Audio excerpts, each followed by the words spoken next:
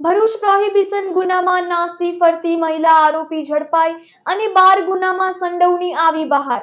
ભરૂચ શહેર એ ડિવિઝન પોલીસે પ્રોહિબિશનના ગુનામાં નાસ્તી ફરતી મહિલા આરોપીને ઝડપી પાડવામાં સફળતા મેળવી છે. પોલીસને હ્યુમન ઇન્ટેલિજન્સ અને ટેકનિકલ સર્વેલન્સને આધારે આ કાર્યવાહી હાથ ધરવામાં આવી હતી. ભરૂચ શહેર એ ડિવિઝન પોલીસ સ્ટેશનના પોલીસ ઇન્સ્પેક્ટર RM વસાવાની સૂચનાથી સર્વેલન્સ ટીમે કામગીરી હાથ ધરી હતી.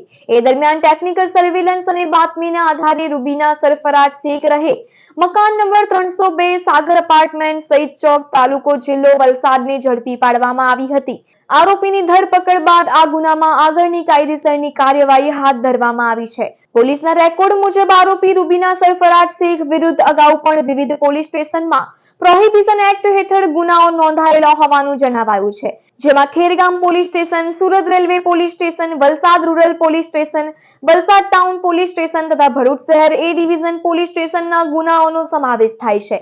પોલીસ દ્વારા આપવામાં આવેલી વિગતો અનુસાર આરોપી સામે 2021 થી 2026 દરમિયાન કુલ 12 ગુના નોંધાયેલા હોવાનું સામે આવ્યું છે. આમાંથી મોટા ભાગના ગુનાઓ પ્રોહિબિશન એક્ટની વિવિધ કલમો હેઠળ નોંધાયેલા છે.